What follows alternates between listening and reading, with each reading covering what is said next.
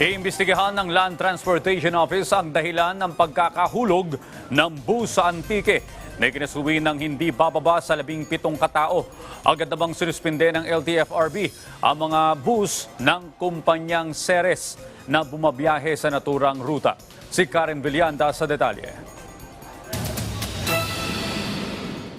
Pinabagtas ng Ceres bus na ito ang daan sa Igbukay, Hamtik, Antique alas 4:30 ng hapon nang mawala ng kontrol pagdating sa sinasabing killer curve at nahulog sa matarik na bangina. Wasak at nagkadayupi-yupi ang basa. Ayon sa Antique LGU, sa 28 sakay ng pampasaherong basa, kabilang ang 2 foreign national, 16 agad ang namatay kasama ang driver, konduktor at inspektor ng basa. Naisugod pa sa ospital ang isang pasaherong kritikal pero namatay din 7 pa ang kritikal sa ospital at 4 ang nagtamo ng minor injury. Hindi pa isinapubliko ang pangalan ng mga nasawi pero isa rito ang wala pang pagkakakilanlan. Baka meron tayong mga nakikinig ngayon, may nagapamati ka dyan, Antiqueño. Maybe you have not received any text from him. He is male, 29 to 35 years old. Sa morgue ka dyan, he needs to be identified. So panawagan natin, we'll use all the media people around here. Ayon sa ilan nakakita, huminto pa ang bus para sipatin ang gulong nito. Nag-stop ko no sanda. Please rectify this if it's to nag-stop sanda.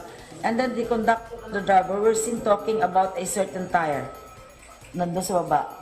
So nagduda yung teacher na may problema na kaagad yung bus.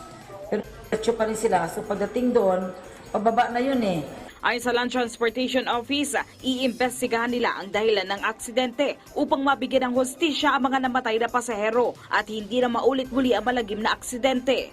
Muling binigyan din ng LTO ang kahalagahan ng pagtitiyak ng roadworthiness sa sasakyan kaya naman kanilang ikinasa ang no registration, no travel policy. Iminungkahi rin ng LTO na kung maaari, gawing kada linggo ang inspeksyon sa mga pampublikong sasakyan lalo't marami nang bumabiyahe ngayong Kapaskuhan.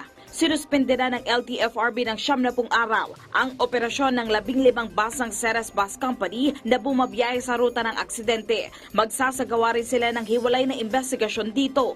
Ayon sa kumpanya ng basa, handa sila makipagtulungan sa LTFRB para sa investigasyon ng aksidente. Sasagutin rin nila ang gasto sa libing, pampagamot at magbibigay ng financial assistance sa mga biktimang pasahero. Karen Villanda para sa Morning Show ng Bayan, Rise and Shine, Pilipinas.